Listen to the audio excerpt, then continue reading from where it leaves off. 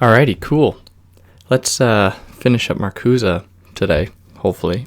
It would be embarrassing if I didn't, because I already listed that it'd be 2 parts, but, we'll see. So we'll be starting in the second half, specifically Chapter 5, Negative Thinking, the Defeated Logic of Protest. So there's, I think I can contextualize this with some of the other thinkers in the Frankfurt School, notably Adorno, who was not in favor of protest or student action really at all. He thought that was kind of a symptom of kind of positivist, enlightenment movement of history that wasn't exactly going to propel us in any kind of good way. In fact, it would have simply been, a replication of the same kind of culture industry that he repudiated so heavily. So for him, this kind of protest that Marcuse would avow didn't interest him at all. So Marcuse is really, opposed to any kind of thinking in favor of action. Hence, his, being at the forefront of much of what was going on with the Quiet Revolution and all these other kinds of cultural movements in the mid-20th century. So he begins this chapter, at least at the end of the first paragraph, by saying that the world of immediate experience, the world in which we find ourselves living, must be comprehended, transformed, even subverted in order to become that which it really is. So then he continues into the next paragraph, stating that in the equation, reason equals truth, which equals reality, which joins the subjective and objective world into one antagonistic unity. Reason is the subversive power, the power of the negative that establishes as theoretical and practical reason the truth for men and things. That is, the conditions in which men and things become what they really are.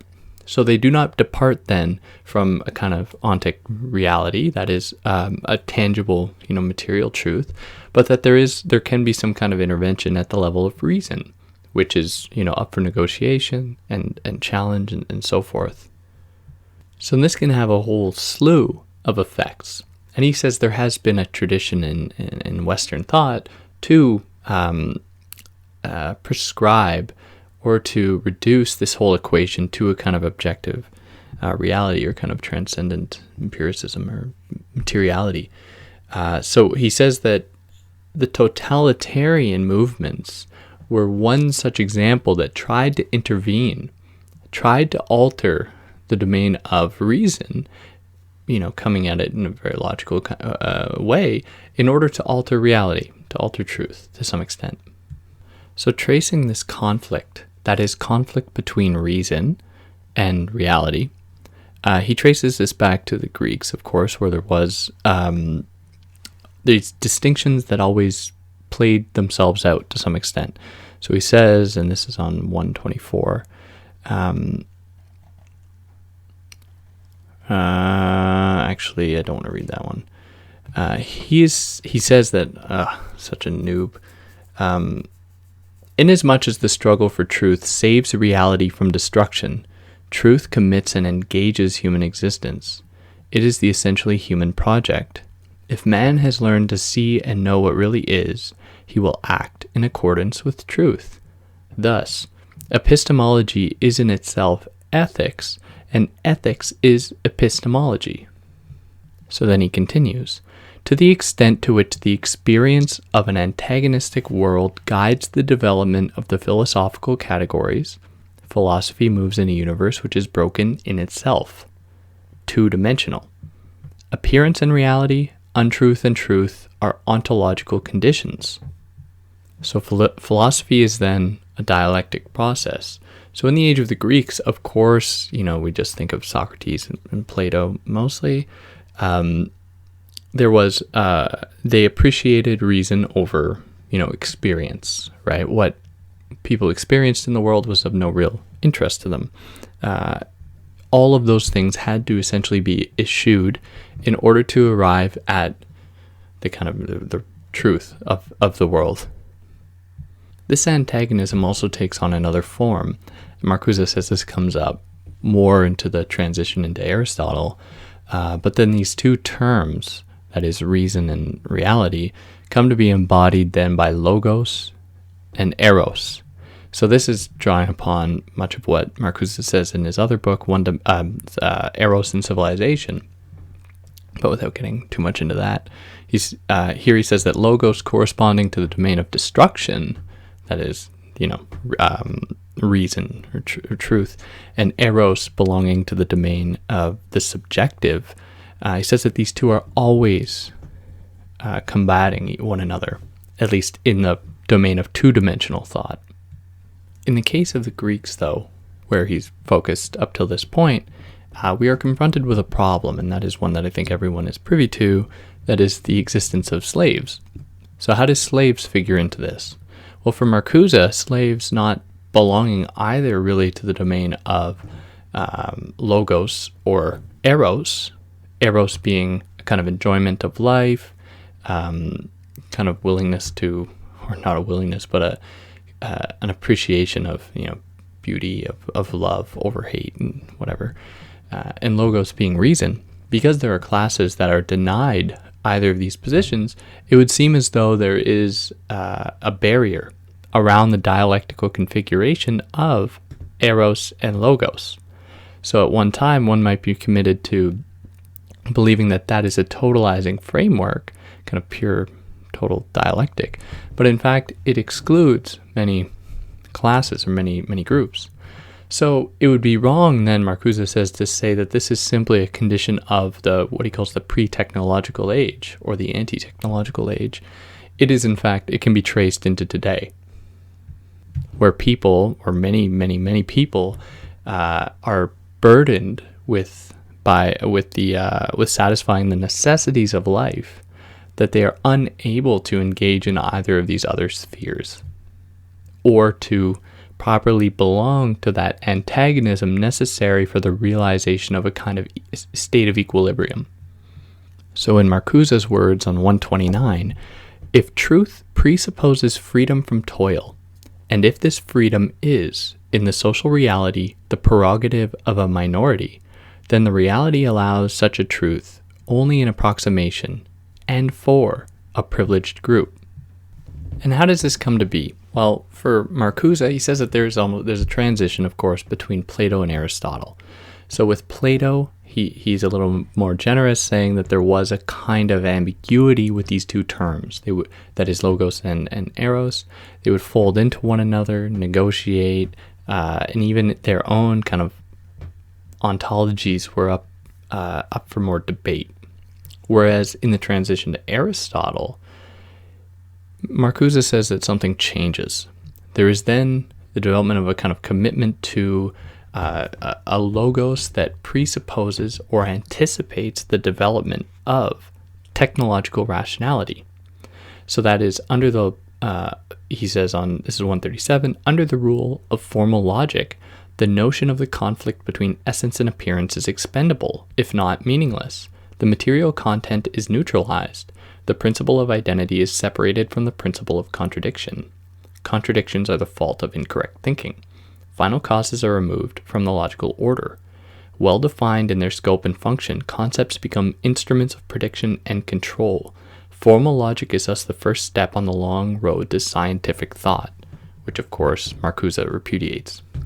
So tracing this development, so from Plato, where there were slaves, so something bad was going on, to the Aristotelian notion of formal logic that Marcuse identifies, to today, I know it's three kind of arbitrary points to focus on, it is important to note that they do not emblematize the same modes of domination or oppression. They are rather different. But rather, to get around this problem of kind of poking at the epistemological variations that might have caused this, Marcuse says that they all fall under the rubric of domination. So pre-technological and technological modes of domination are fundamentally different as slavery is from free wage labor, paganism from Christianity, the city-state from the nation, the slaughter of the population of a captured city from the Nazi concentration camps. However, history is still the history of domination, and the logic of thought remains the logic of domination. So whatever form it takes, in whatever capacity it is exercised, it still belongs to that general formulation of the domination of one group by another group. This Aristotelian logic, then, how it motivated the development of the domination today, or the form of oppression that we see today, was in its abstraction of things like materiality in favor of a kind of formal logic, as Marcuse identifies it. But what also followed was a kind of hyper-individualism beginning to emerge. So with people being able to contemplate the world, not through their being, experiencing the world, opening up the possibility of kind of epistemic or like kind of phenomenological possibility or difference or anything like that. Instead, things were given over to a kind of logic or a kind of capacity, or things could be realized or understood through contemplation. It opened up the door for a kind of individualism that had yet to be seen. So we get a good summation of this on page 140, where Marcuse says, for the scientific subversion of the immediate experience, which establishes the truth of science as against that of immediate experience, does not develop the concepts which carry in themselves the protest and refusal. In contrast, dialectical thought is and remains unscientific. So that's indicative of the Platonic realm. Remains unscientific to the extent to which it is such judgment, and the judgment is imposed upon dialectical thought by the nature of its object, by its objectivity. So this object is the reality in its true concreteness. Dialectical logic precludes all abstraction, which leaves the concrete content alone and behind uncomprehended. And thus, dialectical logic cannot be formal because it is determined by the real, which is concrete, and therefore open up to kind of to developments, to changes, to transformations that formal logic in its abstract concreteness, which seems like an oxymoron, doesn't allow. So as a kind of side note, many of these sentiments are very Baudrillardian. Like Baudrillard would, he draw it upon Marcuse a bit. But this idea of getting rid of an antagonism between two different poles permeates throughout Baudrillard's work. So this rendering two poles into one, that is a kind of like perfect equilibrium, or like as he might say in his later work, a kind of air-conditioned perfectibility, which would foreclose the possibility of negation, of contradiction, of challenge, of subversion in favor of this singular type of thinking. But I digress. All right, so that propels us here into the 6th chapter, from negative to positive thinking, technological rationality and the logic of domination. So as he begins it seems obvious. He says that in the social reality, despite all change, the domination of man by man is still the historical continuum that links pre-technological and technological reason. So a little bit more specifically, this domination is realized under the economic relations of the time. So the limits of this rationality and its sinister force appear in the progressive enslavement of man by a productive apparatus which perpetuates the struggle for existence and extends it to a total international struggle which ruins the lives of those who build and use this apparatus. But there are other things going on, and that is a kind of relative improvement of the standard of living. So for Marcuse, and this really feeds into the kind of culture industry aspect of this, people are satisfied with what they have. That is because the system delivers the goods, and people do not want to give those things up. So instead of moving in a direction that might point to a greater degree of emancipation, people are instead satisfied with getting their car, or getting their promotion, or getting whatever other thing. So all of these objects, I think, are a relic or kind of an extension. As my cat destroying things. This kind of optimism with these bad things, cruel optimism as Lauren Berlant would characterize them, I think, is an extension of this kind of logical formulation coming out of Aristotle. That is the rendering positive, or going from negative thought, so negative thought being the domain in which there was an antagonism between two different poles, to this positive thought where everything is essentially, good as it is. The system is right because the system gives me X, Y, and Z things. Therefore, there isn't even the possibility to conceptualize the negative, at least not in the historical sense, where even people who live in the worst conditions, like let's say people given over to slave labor, are, sometimes absolutely happy with it because, they've been put in a situation where under the kind of global schematic of capital, they have to earn money to live. Therefore, in their minds, earning 25 cents an hour is better than earning nothing. So that is how the logic of one-dimensional thought coming from Aristotle to today permeates throughout the world and instills the idea of positivity through it, or into it, I should say. What is more, the development of science, at least how it manifests itself today and having the roots in the formal logic of Aristotle, moves the world towards a supposed naturality, where he says that on 147, then the precarious ontological link between logos and eros is broken. So that's the end of the dialectic. And scientific rationality emerges as essentially neutral. So what nature, including man, may be striving for is scientifically rational, only in terms of the general laws of motion, physical, chemical, or biological. Interestingly, this rendering objective of the world is done so by there being retained, at least to some extent, an antagonism between the objective and the subjective. But as I think we'll get into, the subjective is an illusory one. So paradoxically, however, the objective world, left equipped only with quantifiable qualities, comes to be more and more dependent in its objectivity on the subject. This long process begins with the algebraization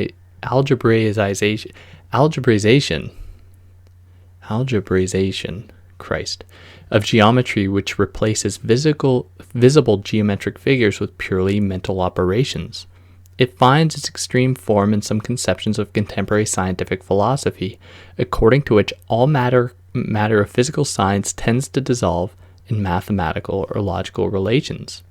So there could be a number of reasons for this. Number one, I would say, it'd be difficult for physics or for any kind of logical mode of understanding the world to be considered to be legitimized if it doesn't refer back to some kind of real things.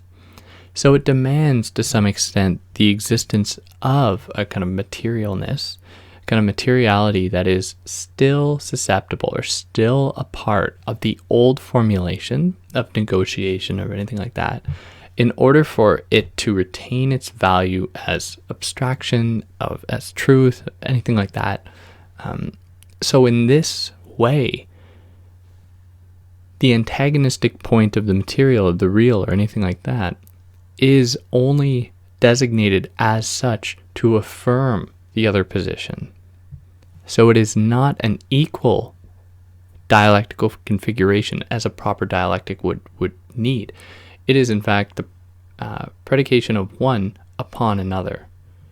So I think that this is proved page 151 when Marcuse says that, in other words, theoretically, the transformation of man and nature has no other objective limits than those offered by the brute factuality of matter. Its still unmastered resistance to knowledge and control. To the degree to which this conception becomes applicable and effective in reality, the latter is approached as a hypothetical system of instrumentalities. The metaphysical being as such gives way to being instrument. Moreover, proved in its effectiveness, this conception works as an a priori. It predetermines experience. It projects the direction of the transformation of nature. It organizes the whole. So all of this can be said in other words a little later on page 155, where in a paradoxical development, the scientific efforts to establish the rigid objectivity of nature led to an increasing dematerialization of nature, so a de-reality of nature. So whatever kind of formulation or whatever kind of manifestations of the human, of nature, of anything that might develop in this day and age or that might exist, we have to be, at least I think this is what Marcuse is getting at, we have to be careful not to be subscribing to the logic of scientific rationality that has created these kinds of forms of nature or of the human. So these are not pure principles in their own right, but they are those that have been designated, affirmed, and essentially created by the technological apparatus. So one such example on page 157 is that while science freed nature from inherent ends and stripped matter of all but quantifiable qualities, society freed men from the natural hierarchy of personal dependence and related them to each other in accordance with quantifiable qualities, namely, as units of abstract labor power, calculable in units of time. So this really speaks to the Marxian idea of fetishism, where we come to take the kind of relations we exist in today as being natural, whereas, of course, Marcuse wants us to get out of that mindset. So one example of that I would think of would be people saying that competition is a natural thing. Look at animals. They are always competing, always fighting for dominance. Capitalism, emulating that kind of innate human desire, therefore is a natural system in that it communicates a kind of naturality of humanity. Of course, that idea fails to take into account a number of other things that occur as well in the as far as community goes, as far as other kinds of relations go.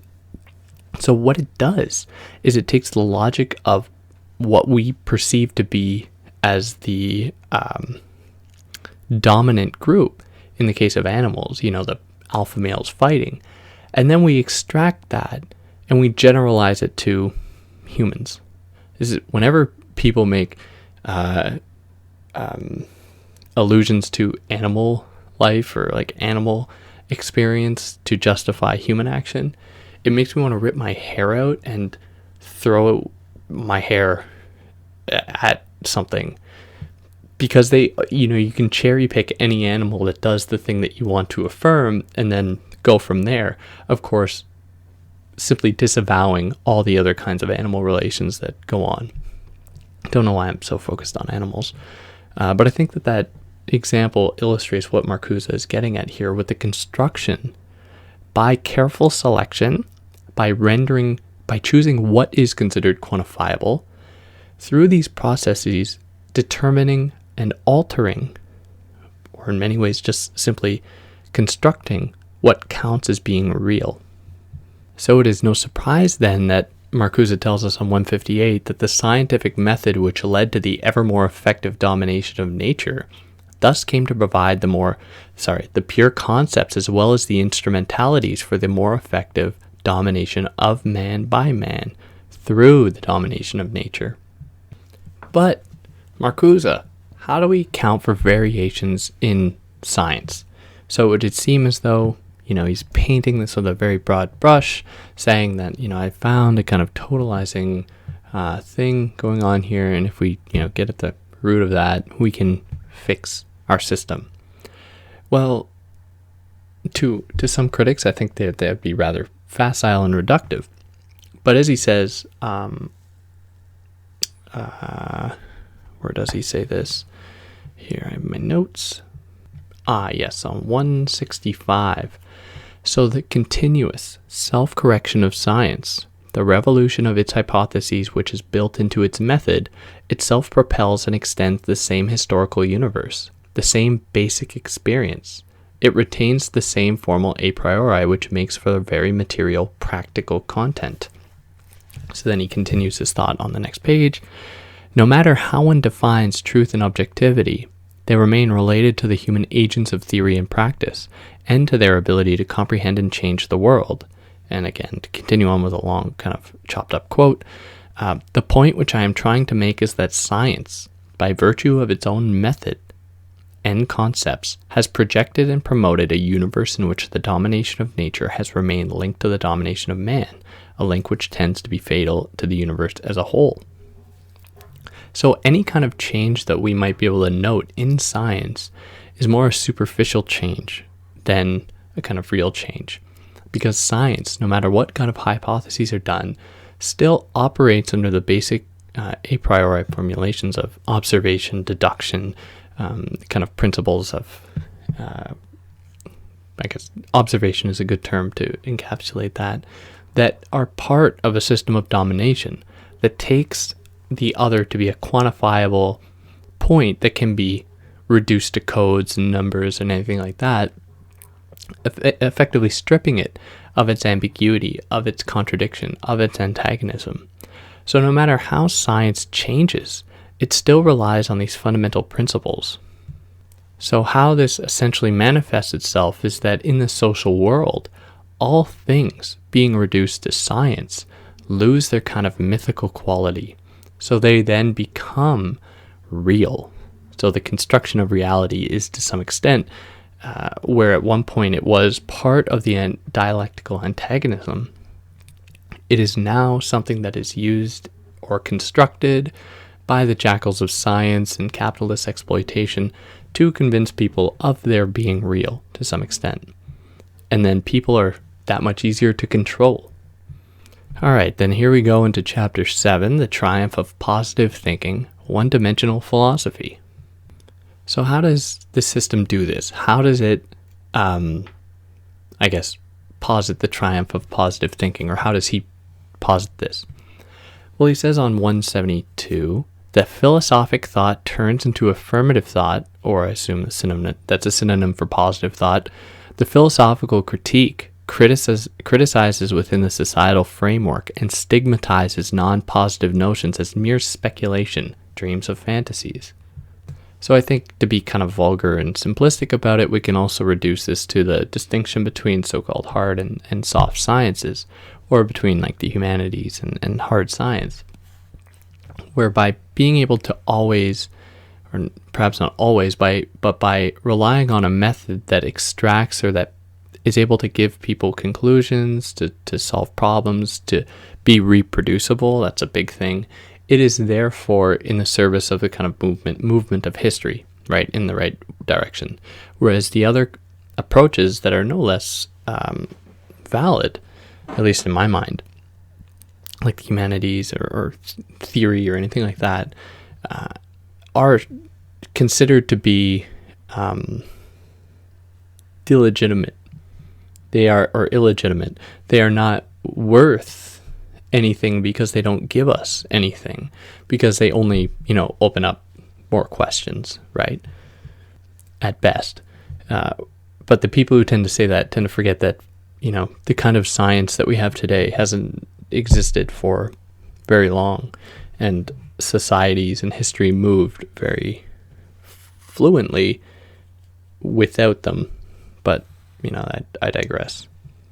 So, positive philosophy, or positivist philosophy, Marcuse tells us, sets up a self-sufficient world of its own, closed and well protected against the ingression of disturbing external factors. So I want to jump ahead and then I'll come back just to kind of summarize what he's trying to do here. So on page 193, Marcuse says that under these circumstances, the spoken phrase is an expression of the individual who speaks it, and of those who make him speak as he does, and of whatever tension or contradiction may interrelate them.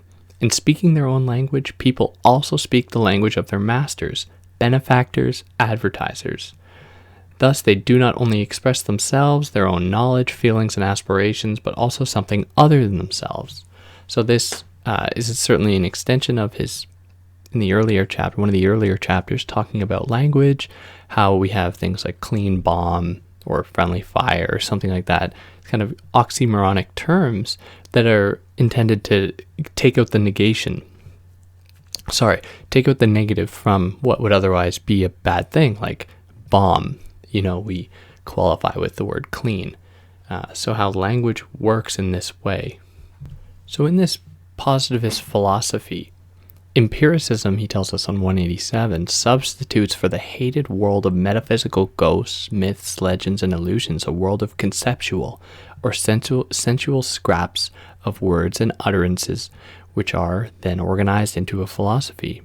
And all this is not only legitimate, it is even correct, for it reveals the extent to which non-operational ideas, aspirations, memories, and images have become expendable, irrational, confusing, or meaningless. So those things that are negated pertaining to the ghosts and specters that he draws can then become commodified, right? Because they then take up the place of the supposed opposition to this rational system. So as he says on 190, the scientific approach to the vexing problem, I'll go back a little bit. Magic, witchcraft, and ecstatic surrender are practiced in the daily routine of the home, the shop, and the office, and the rational accomplishments conceal the irrationality of the whole. It thus counteracts a truly rational behavior, namely, the refusal to go along and the effort to do away with the conditions which produce the insanity. So that occurs, I believe, by having the kind of scientific positivist philosophical apparatus in late capitalism opposing specific zones of being or of things, which can then, in their being negated, be packaged up and resold back to the public as possibilities for refusal. Like, to be really reductive, like punk rock, for instance, didn't actually do anything to the system. In fact, it really harnessed a kind of like Thatcherite movement, to come in, or the Reagans of the world, because it, through a kind of quasi-dialectical movement, strengthens the in-group, or strengthens the kind of in-ideology that allows for that kind of pressure valve subversion to exist. Now, what does this mean for the formation of communities? Well, Marcuse lays it out in an interesting way that kind of anticipates the development of echo chambers, where he says that, and I'll read quite a bit here, in a 3-step process, it goes as follows. To an individual project, the specific communication, a newspaper article, speech, made at a specific occasion for a specific purpose. 2, to an established supra-individual system of ideas, values, and objectives of which the individual project partakes. And then 3, to a particular society which itself integrates different and even conflicting individual and supra-individual projects. So this is on 197. To illustrate, he says, a certain speech, newspaper article, or even private communication is made by a certain individual who is the authorized or unauthorized spokesman of a particular group, occupational, residential, political, intellectual, in a specific society. This group has its own values, objectives, codes of thought and behavior which enter, affirmed or opposed, with various degrees of awareness and explicitness, into the individual communication. The latter thus individualizes a supra-individual system of meaning, which constitutes a dimension of discourse different from, yet merged with, that of the individual communication. And this supra-individual system is in turn part of a comprehensive, omnipresent realm of meaning, which has been developed and ordinarily closed by the social system within which and from which the communication takes place. So it forms a kind of autopoietic system. So a system closed in around itself that develops itself through itself. How many times can I say itself there? So this kind of closing off forms the basis for a kind of acquiescence with what is going on, because it gives the semblance of a kind of free choice, belonging to something, or belonging to something. So the task of philosophy in this domain is to free thought from its enslavement by the established universe of discourse and behavior, and elucidate the negativity of the establishment and project its alternatives. So thinking about like a kind of opposition to this linguistic foreclosure of possibility, right? Where anything that one could say is already mediated by a system of control. It is up to philosophy to some extent to wrest it from that position, kind of awakening this false consciousness. So on that, move into now, I think it's the third section, the chance of the alternatives of the book, and the 8th chapter. So the historical commitment of philosophy. So this is Marcuse's plea against analytic philosophy, where he says that contemporary analytic philosophy is out to exorcise such myths or metaphysical ghosts as mind, consciousness, will, soul, self, by dissolving the intent of these concepts into statements on particular identifiable operations, performances, powers, dispositions, propensities, skills. So it is up to philosophy to recognize that these philosophical concerns or objects of study, that is, will, soul, self, and so on, are, in a sense, created by a system. They are not universals. So on page 204, he tells us that if philosophy does not comprehend these processes of translation and identification as social processes, i.e. as a mutilation of the mind and the body inflicted upon the individuals by their society, philosophy struggles only with the ghost of the substance which it wishes to demystify. So this extends not only to the abstract things like self and will and mind, but also to so-called tangible things like the nation, the state, the British Constitution, the University of Oxford, England, things that are taken for granted as abstractions, where people do not understand, or at least in analytic philosophy that he's getting at, do not understand that these are essentially constructions, that we can't just speak of them as though they were totally accepted universal truths. So what this leads to, or I guess this comes about on page 206, where the disharmony between the individual and the social needs and the lack of representative institutions in which the individuals work for themselves and speak for themselves lead to the reality of such universals as the nation, the party, the constitution, the corporation, the church, a reality which is not identical with any particular identifiable entity, individual, group, or institution. So such universals express various degrees and modes of reification. So thus, and he continues a little later, every established society is such a realization. Moreover, it tends to prejudge the rationality of possible projects to keep them within its framework. At the same time, every established society is confronted with the actuality or possibility of a qualitatively different historical practice, which might destroy the existing institutional framework. So like the logic of the fetish, these things come to be taken as natural, when of course they are kind of hermetically sealed in a particular epistemic framework that can be hermeneutically dissected. So they do not cannot be generalized to a broader logic, but only to a specific one. So these systems within any given framework then I think would correspond to the Althusserian ideas of ideological state apparatuses or repressive state apparatuses that serve the end in their perpetual self-naturalization, in their perpetual rendering, creating, fabricating, commodifying truth. They end up affirming their own system. So pacification, he says on 220, free development of human needs and faculties.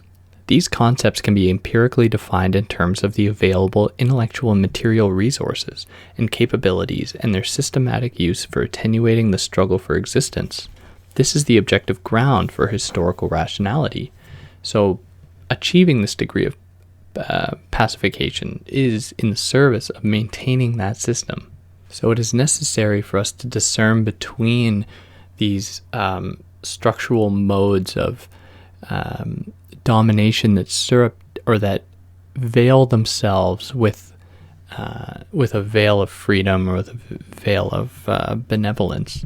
It is up to us to discern those from real modes of freedom.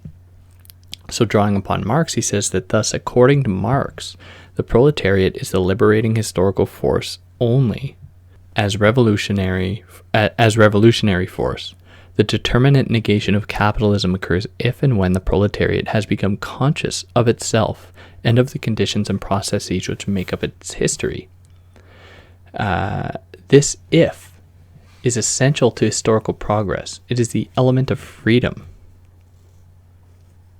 and chance, which opens the possibilities of conquering the necessity of the given facts.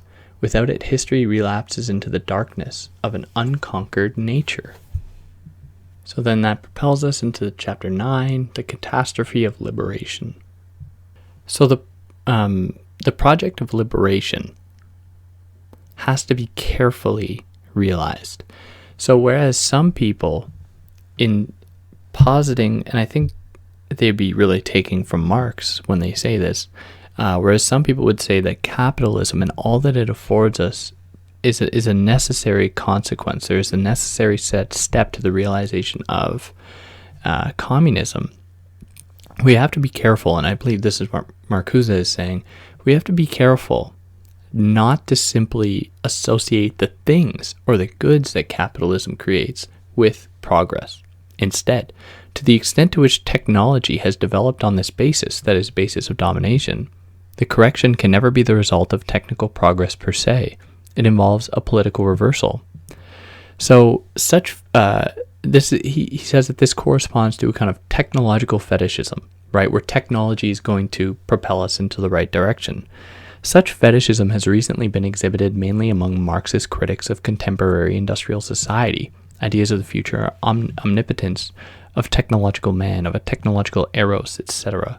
The hard kernel of truth in these ideas demands an emphatic denunciation of the mystification which they express. Technics, as a universe of instrumentalities, may increase the weakness as well as the power of man. At the present stage, he is perhaps more powerless over his own apparatus than he ever was before. So our project of liberation cannot be predicated upon the structural modes of oppression or the consequences of those modes of oppression, because that would only propel us into a greater degree of oppression. So the same occurs in many other domains, where as nature is something that has been created now by reason or by truth or scientific rationality, we have to be careful not to associate things like kind of natural human drives or anything like that with the process of liberation, because they have always already been constructed by kind of scientific apparatus. So to justify that, he says, history is the negation of nature. What is only natural is overcome and recreated by the power of reason. So the metaphysical notion that nature comes to itself in history points to the unconquered limits of reason. It claims them as historical limits, as a task yet to be accomplished or rather yet to be undertaken. If nature is in itself a rational, legitimate object of science, then it is the legitimate object not only of reason as power, but also of reason as freedom, not only of domination, but also of liberation. So that is how reason is so effective. It constructs false points that are tricks of the eye, trompe-l'oeil, intended to convince us that they provide us with the opportunity to liberate ourselves. So where there is some kind of resistance is in the domain of art to some extent. So he says that like technology, art creates another universe of thought and practice against and within the existing one. But in contrast to the technical universe, the artistic universe is one of illusion, semblance, shine. However, this semblance is resemblance to a reality which exists as the threat and promise of the established one. In various forms of mask and silence, the artistic universe is organized by the images of life without fear. In mask and silence, because art is without power to bring about this life, and even without power to represent it adequately. Still, the powerless, illusory truth of art, which has never been more powerless and more illusory than today, testifies to the validity of its images. The more blatantly irrational the society becomes, the greater the rationality of the artistic universe. So what a kind of liberatory paradigm would look like would be the elimination, he says on 242, the elimination of profitable waste would increase the social wealth available for distribution, and the end of permanent mobilization would reduce the social need for the denial of satisfactions that are the individual's own. Denials which now find their compensation at the cult of fitness, strength, and regularity. So that'd be an example of a kind of repressive sublimation, right? Where people, their desire to be free or something, take it out in ultra individualistic acts like, weightlifting, to read him very literally. So people are much more satisfied with really messed up things like the accumulation of nuclear weapons and the slaughtering of millions of people. But what they are not okay with is they do not tolerate being deprived of the entertainment and education which make them capable of reproducing the arrangements for their defense and or destruction. So this really getting at the kind of irrationality of the system, where if capitalism as it exists today was rational, everyone would have cars. They wouldn't just destroy cars that were not sold. There's no logic to that. But capitalism does not have a logic in this way, and that is why it kind of both posits and denies this system of reason that Marcuse traces back. So this, moving into the 10th chapter, he starts it out by saying, the last chapter, the advancing one-dimensional society alters the relation between the rational and the irrational, where because the rational can be determined by the system in which it is found, the things that seem so irrational to the development of capitalism, like the extraction of surplus labor that can seemingly go on forever from a finite source, become rational. They become the very logic in which we find ourselves belonging. So there's very little movement in this system, or at least it doesn't allow for that, because everything that it produces and all the kind of ideological possibilities of liberation are guided and mediated by a system that is already predicated on the impossibility of escaping that system. So the impossibility of escaping from the logic of the accumulation of nuclear weapons, escaping from the logic of hyper-individualism, escaping from the logic of entertainment, of general acquiescence. So I think for that's kind of what's going on here in the whole book. Of course, it's a good read. I would certainly recommend it to anyone. And there's a lot I didn't cover, obviously, because, for the sake of time. And I don't like getting into all the different thinkers that authors bring up unless it's really necessary, because it would take so long. But with that being said, I hope I did it justice, because there is a lot that I had to kind of gloss over, especially some of the other things pertaining to language that were just so heavily, that relied so heavily on other philosophers that I didn't feel like I could really jump into. But on that note, for those that actually listened, take care and let me know if I missed anything that is crucial or that people should know about. You know how to add it here yourselves.